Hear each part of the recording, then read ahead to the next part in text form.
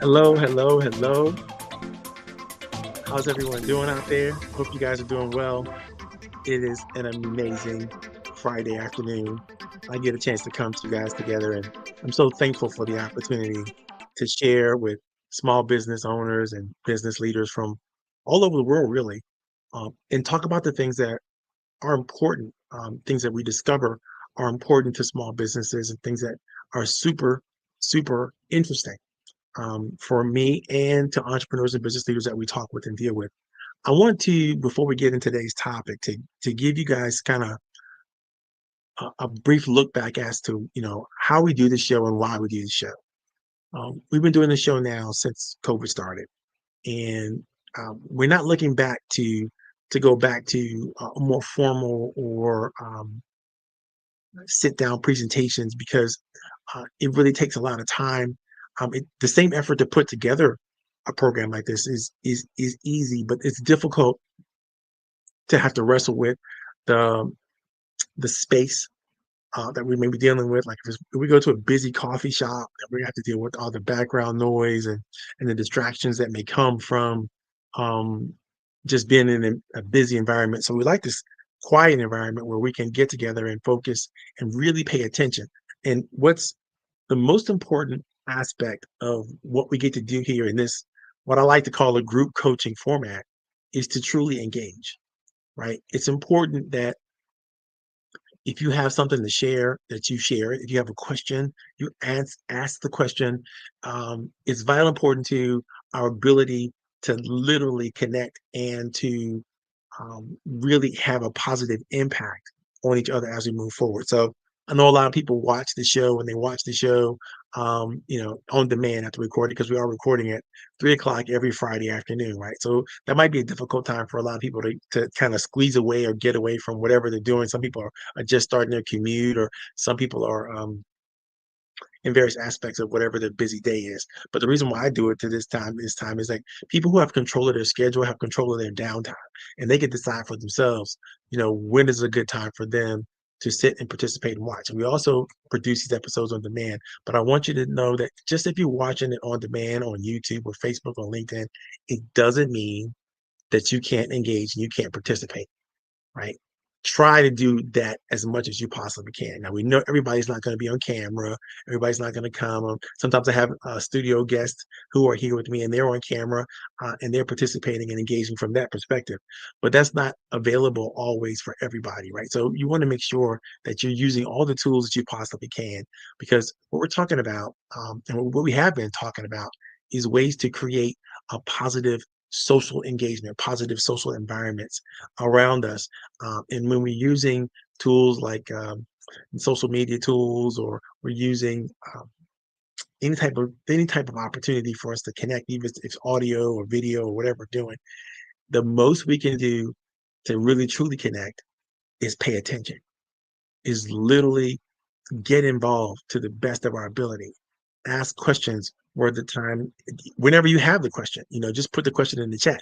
It doesn't mean that because you put the question in the chat that I'm going to stop what I plan to talk about and answer your question, but I might.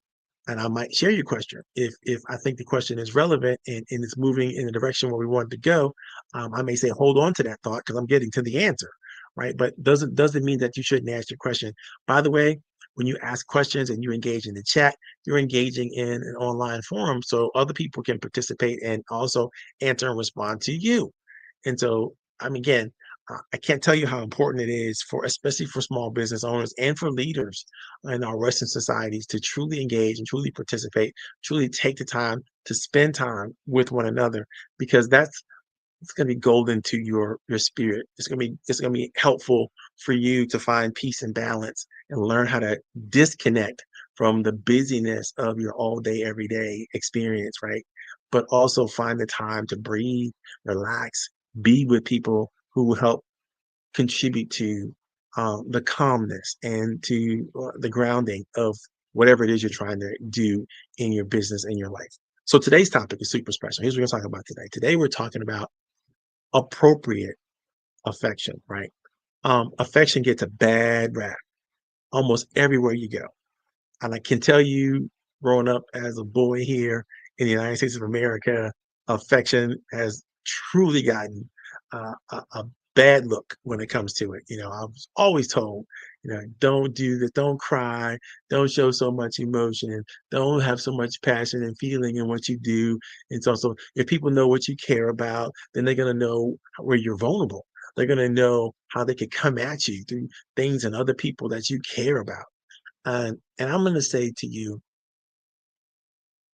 if you have problems with being affectionate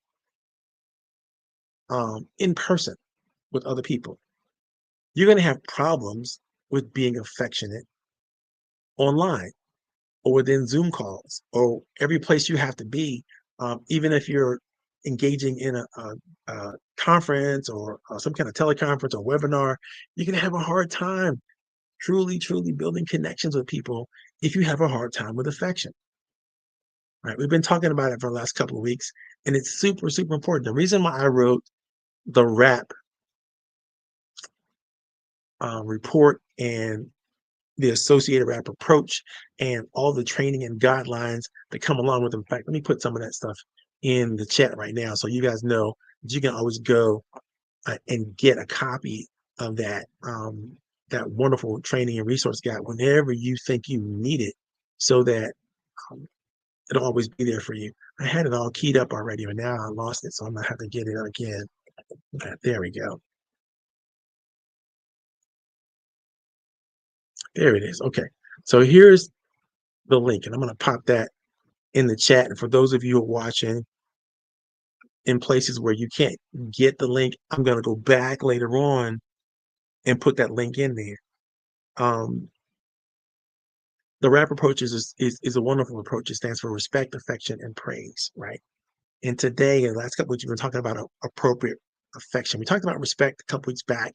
Um, and but just to get you caught up, appropriate affection is super important to be able to deliver in social environment or any environment where you're going to be face to face across the table in the Zoom room, wherever you are with human beings.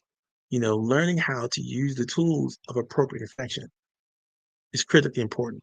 When we talked about some of the benefits last week of appropriate affection, this week we're going to talk about literally what humanity has determined actually appropriate affection is. What is it that we actually need as human beings to be fulfilled? What is it that we need that we can give to each other and expect from one another to help us feel like we belong? What is it that we need to do to create and maintain a culture of in any organization or team or group that we belong to, where people are going to be truly connected and benefit from the connection in a positive way, right? Now, there is a danger to affection.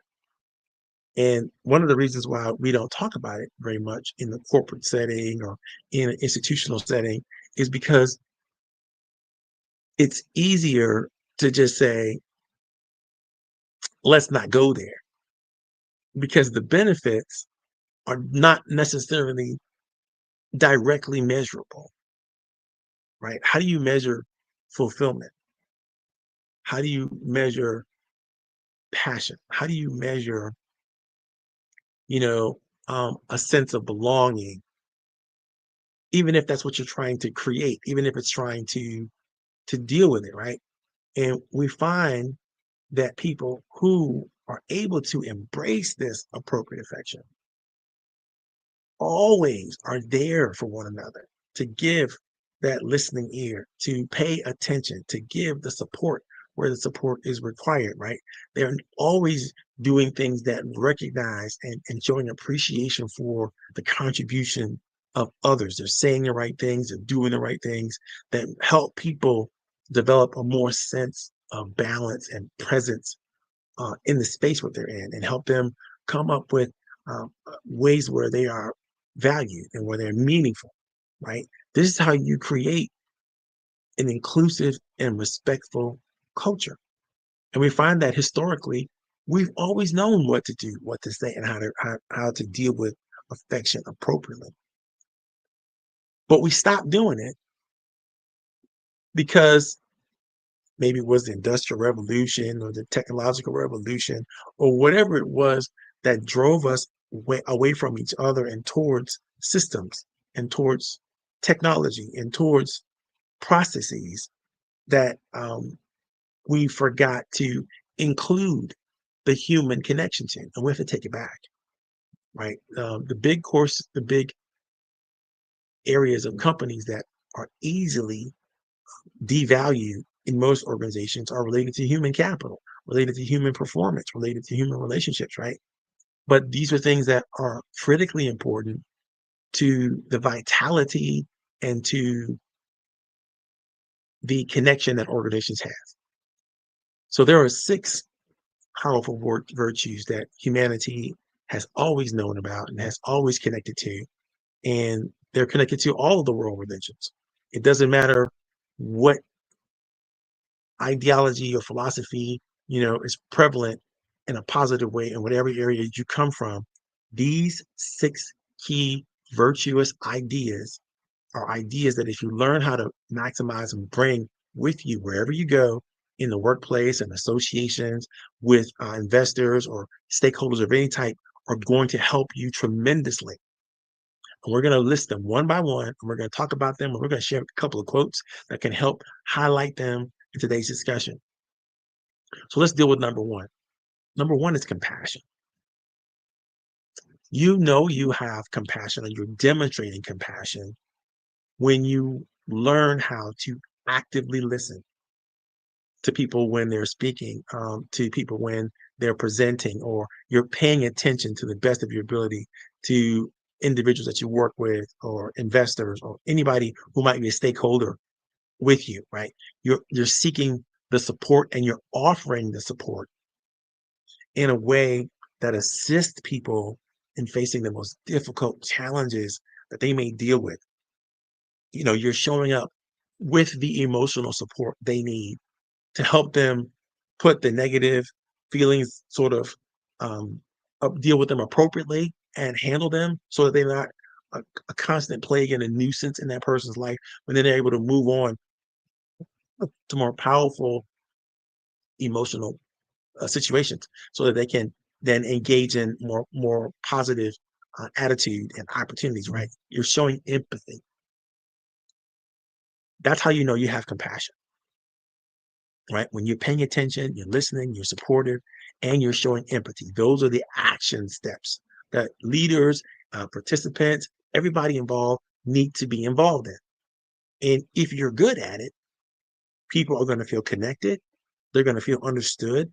They're going to feel like you're the kind of person that they want to be around, because you're not bringing any type of self-doubt to them. You're helping them feel valued. You're helping them feel meaningful. You're helping them feel relevant and significant, right? You're not helping them do things that are anti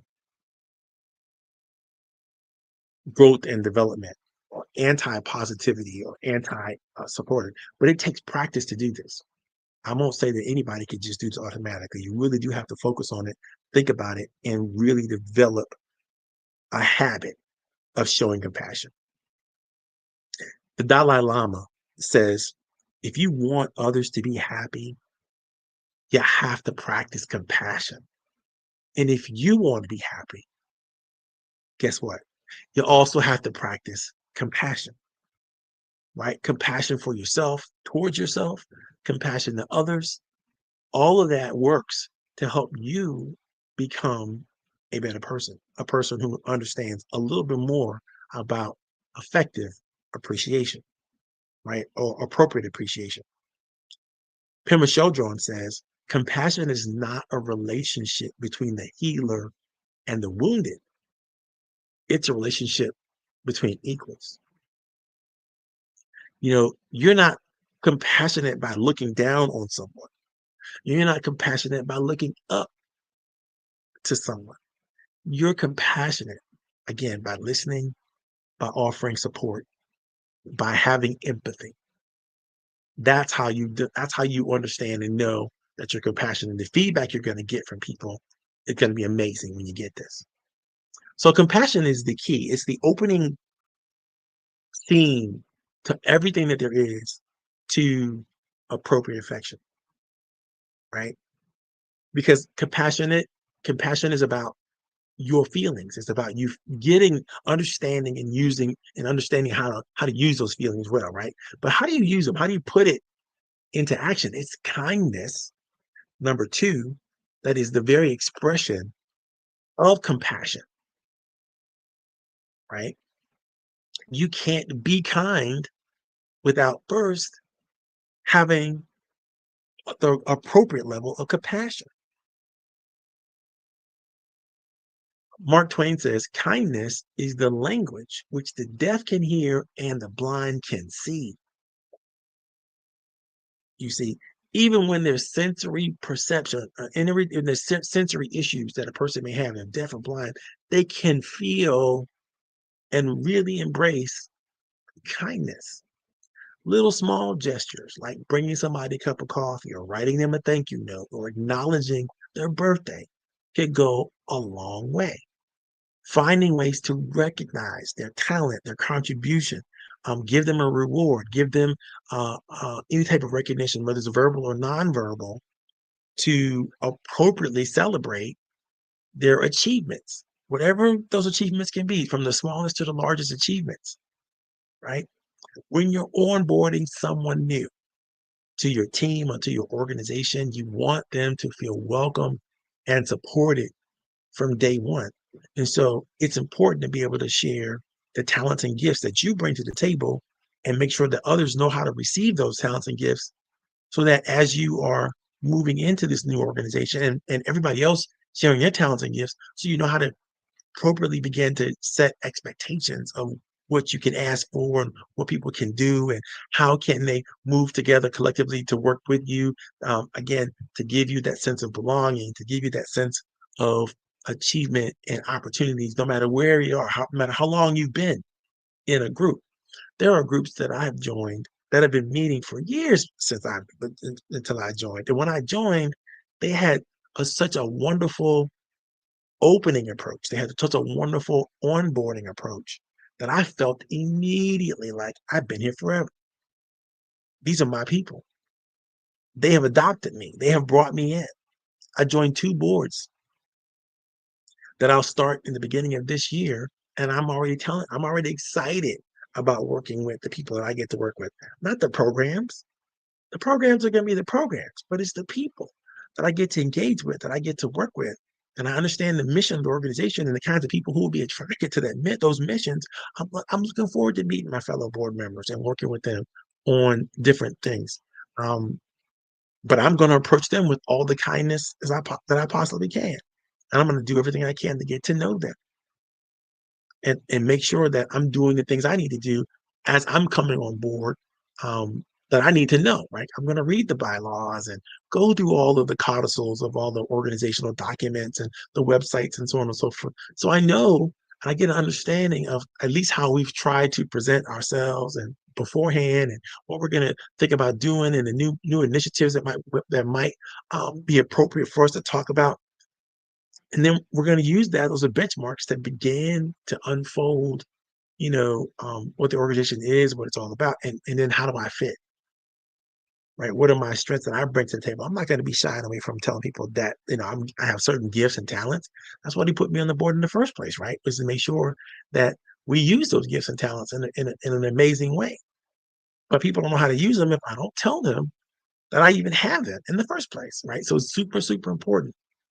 And do so with number three in mind, humility. Yes, like I said earlier, I'm going to be joining these two new boards, but I can't walk in like I'm the greatest thing since sliced cheese. If I'm really going to be humble, I'm going to find out what my other board members have done and what they've achieved in their lives, and I'm going to begin to make sure that as I talk to them and about them and with them, that I understand that I see where you're coming from. I understand you're gifted in this and you're talented at this, or you achieve these things, and that's such a wonderful thing. I'm looking to achieve certain things like this myself, but putting their greatness first and forward is really, and I'm not acknowledging their contribution, is really what being humble is all about. It's about the willingness to even seek feedback from people who have experiences and talents that you haven't had, or experiences and talents that you want to reflect on and connect around, right? Being able to admit that you may have made mistakes. This is what humility is. C.S. Lewis says, humility is not thinking less of yourself. It's thinking of yourself less, right? It's really kind of asking yourself, how often do I think about the greatness and the opportunities that I'm presented from other people, more so than myself, right? If you're always thinking about, I did this and me, and I'm the most important thing, and I'm the greatest thing since sliced cheese, if that's the predominant thought in your mind and in your actions, right? You're not going to show up as a humble person. That's literally impossible, right? You're going to show up in the social spaces as a person who's a braggart. You're going to show up as a person who's a little bit of um, what's the word I'm looking for? A narcissist. Yeah, that's the word I'm looking for. You don't want to be that, right? You want to be humble. Why? Because when you're humble, people don't mind having you around. You're not a threat to others because your ego is so big, nobody else can fit a sentence in or an idea into the room, right? You need to be the kind of person that seeks feedback, asks for it regularly for the reasons of improving who you are as a person or as a leader, right? The kind of person that admits mistakes right off the bat. You don't wait for those, right? And you want to acknowledge the contributions of others. That's a humble person. Number 4 is gentleness. I love number 4 because it's one of the things I kind of have a difficult time in doing. I'm not the most gentle person all the time. I love to be, but knowing it is one of the most important virtues to have in showing appropriate affection. I'm going to do some things to work on that in 2025. Um, Conflict resolution is a key to being gentle, doing it well, right? You're approaching conflicts with a calm and respectful demeanor, focusing on the solutions rather than the blame, right? If something happens around the office, around the workplace, or wherever you're working from, in the Zoom room that you're working in, right? Oftentimes people will say things and escalate the temperature of a discussion based on their own ego, right? And then it becomes difficult for them to be calm and respectful because they're being responsive in a way that is anything but that, right? They're really dragging the rest of the group down with the negative attitude or um, the boisterous way they're approaching the situation, right? You want to be calm and respectful. That's the gentle part, right? You want to offer constructive criticism. If you're offering feedback that's anything other than supportive and encouraging, you know, um, and highlighting a person's strengths, um, as well as areas of improvement. You want to, if you're offering it, by the way, don't even take the risk. If you got criticism, constructive criticism to offer somebody, make sure you're doing it in a way that's not public. Have the private group chat or send them a text message off to the side and set up an opportunity to talk with them about this specific thing because you've noticed some things that might be super helpful to them if they were to look deeper into it, right? Offer it that way so that people don't feel like you're bombarding them in public or you're attacking them in public. Because when people feel attacked, they don't have any choices but to put up defense. But if they don't feel attacked, if they feel supported, that's different. They're gonna show up differently because you're showing up differently. So if people say something or they do something that's kind of awkward or off-putting to you, you don't necessarily want to have it written all over your face. You don't want to show up like, you don't want to be disgusted.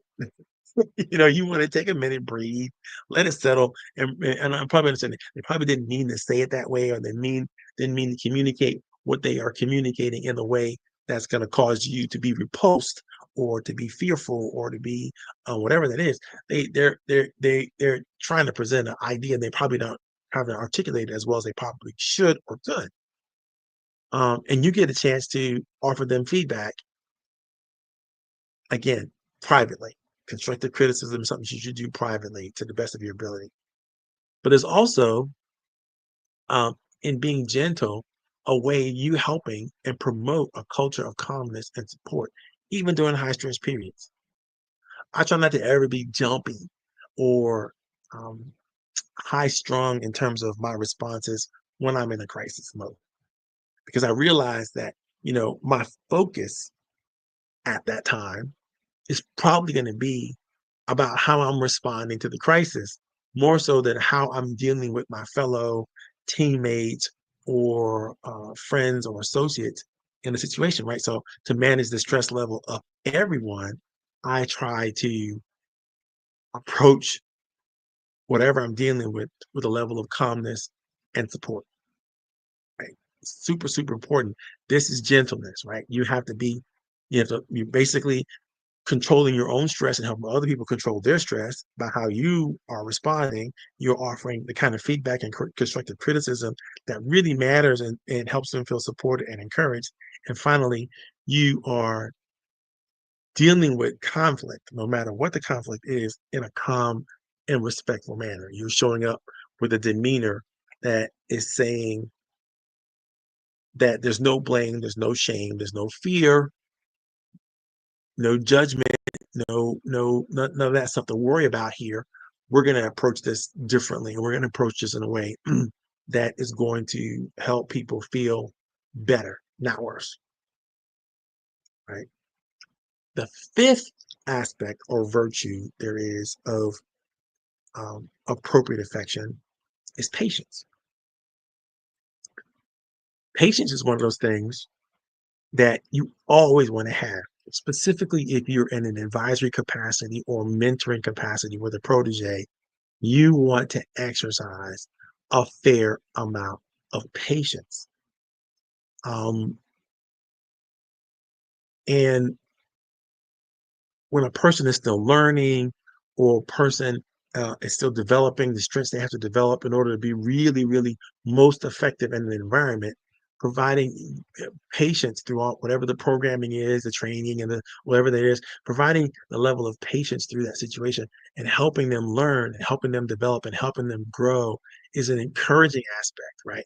It really helps them to move into something versus running away from it, right? Uh, and it's super, super important that you exercise a level of patience and do it well, right? The next thing about patience is super important. You gotta set realistic deadlines and try to reduce the rush and creating a pace that's exacerbated by a tremendous amount of stress in the deadlines and the achievables that you set out for people. And that's really this again managing expectations well, right? If you know a person is not going to meet the deadline, why set the deadline? And if you have to set that deadline the way they're going to meet, what support are you going to offer them to help them get to that deadline? You got to think all these things through when you're exercising patience, right? When you're practicing patience, when you other thing you want to do is you want to encourage growth. You want people to have the time they need to develop new skills and grow into new roles and to experience new things, so that they can literally um, become well-rounded in whatever level of expertise or tactics that they need to embrace in order to be good at whatever it is that they're doing. Joyce Meyer says, and I love this thought process, patience is not the ability to wait, but the ability to keep a good attitude while waiting. I'm gonna let that sink in. Let me say it again. Patience is not the ability to wait, but it's the ability to keep a good attitude while you are waiting. Aristotle says patience is bitter, but its fruit is sweet. How often, do you have to swallow your pride and go, "Damn, I wish you had done that better," or I'm thinking that this could have really been, if I'd have done this myself, I would have been much better, right? Um, and not as difficult to work through. However, when you are working with someone else on a project and they understand that, yeah, there's some things they have to learn or some things they have to get better at in order to reach a significant level of um, achievement. But I would say to you, a person who is trying, obviously, who's stretching themselves, who's giving it all they can give it, whatever it is, to be anything other than patient with them is going to signal a type of discouragement that could be debilitating to their growth, right? Yeah, they might not meet the deadline. Okay. I'm not saying the deadline wasn't important but the person is important. There's a quote from Hamilton, if you guys get a chance to see the show or listen to the music, right? It says that hate the sin but love the sinner, right? I'm not sure that comes from the Bible. Don't have. I'm not saying it comes from the Bible, but it might. Sounds like something that might be said in the Bible.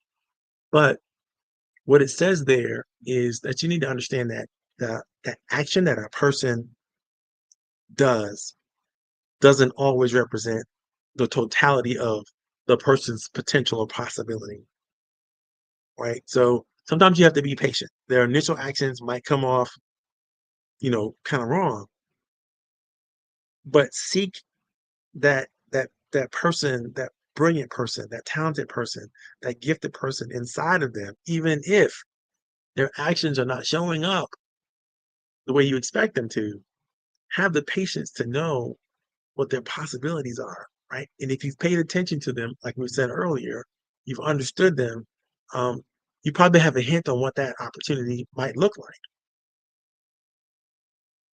I'm big on talent trajectory, right? And sometimes we'll talk about that another time. But it's important to know what a person or what the possibilities are that a person has, what their desires, their hopes and dreams are, so that you can be patient as they struggle to move towards those things, um, and maybe even be supportive, right? If you can't be supportive, then please be patient, right? Um, the last virtue of the six virtues of effective or appropriate affection is love. Now, those first five virtues of compassion, kindness, humility, gentleness, and patience, if you think about them, they're all five different aspects of love, right? Love itself is the wrap of how you wrap yourself in all those different aspects, right? If you are a loving person,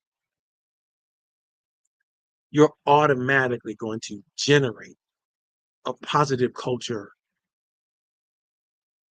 wherever you go. If it's possible for that culture to embrace change and to grow and to literally create love around in and around it, then you're going to thrive in that culture, and you're going to be a part of why that culture also thrives. When you can create inclusive and positive, environments around you, people feel valued and respected. When you regularly celebrate the team and the individual successes, it builds a sense of community and achievement. And then when you are focusing on the well-being of the people that you get to play with, that you get to work with, that you get to associate with, right? Implementing programs that support physical, mental well-being, and wellness, mental health days, and things like that. These are all things that you do because you're demonstrating love. But I promise you, if you don't really understand how compassion plays in that thing, and how kindness plays in that thing, and how humility plays, and gentleness and patience all work together to create an environment where there's a tremendous amount of love, then you're not going to get it. You don't love without those 5 fundamental traits or virtues, I would say, of appropriate affection. Now,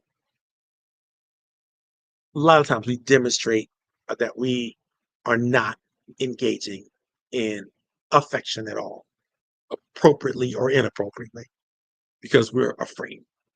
What we're afraid of in demonstrating appropriate affection is that we're going to somehow demonstrate inappropriate affection.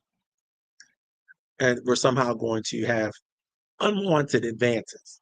And somehow we're going to be engaging in abusive or conduct or behavior.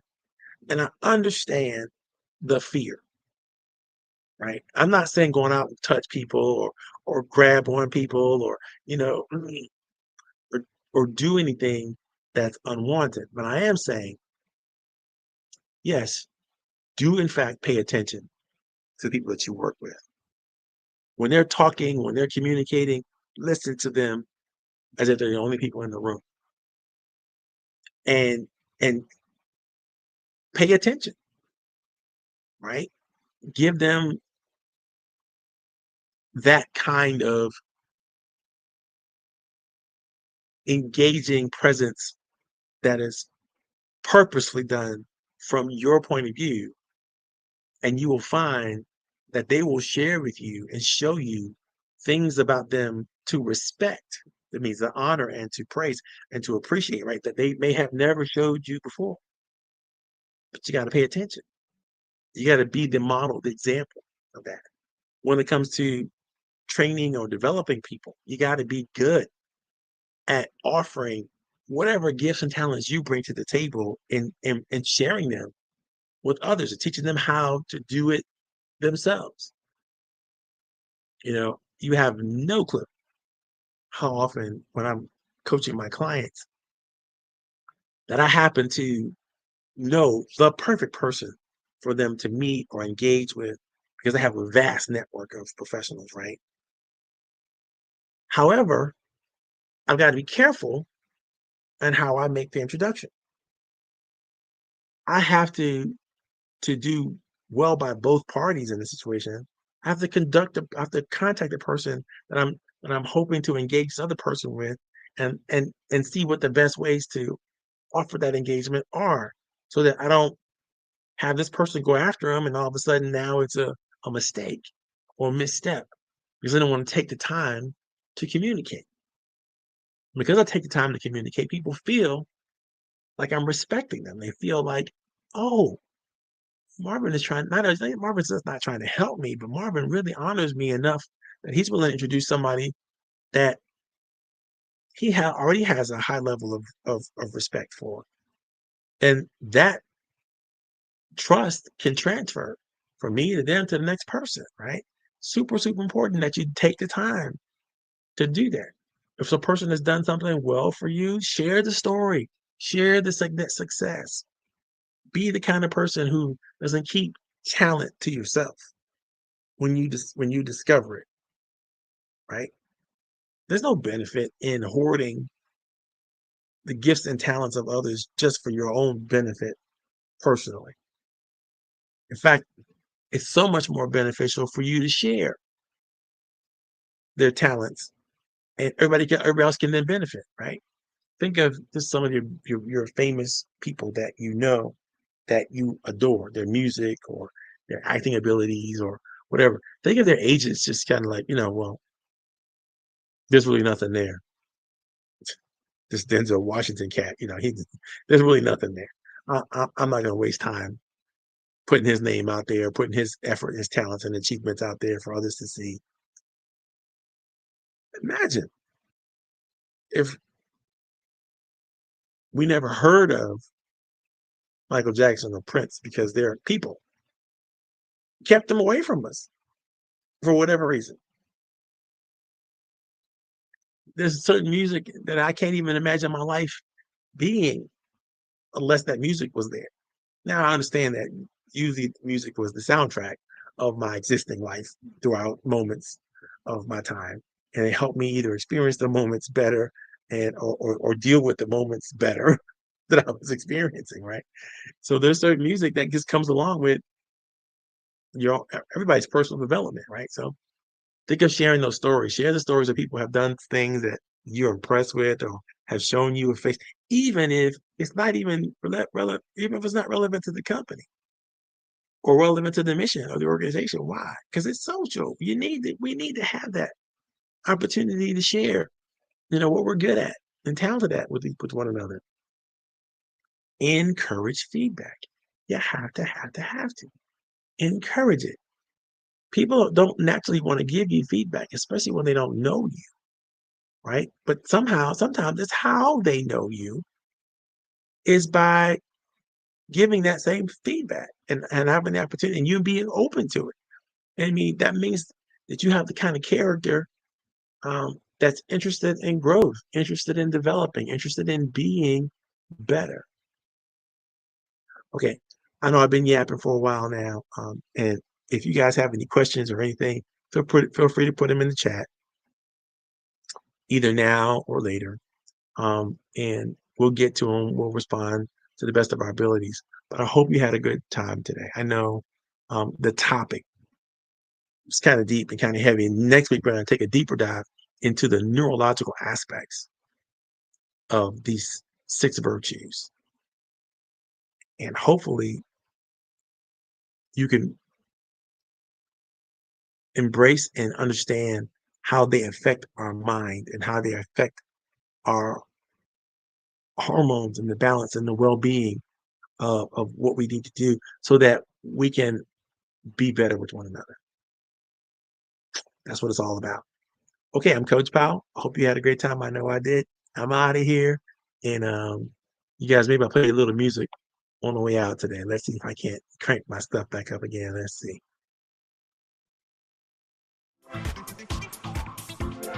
Yeah. I see you all on the flip side. This is Coach Powell signing off. What a great time. Have a wonderful weekend. And I'll see you next week here at Coffee Tea, You and Me with Coach Powell Training and Development.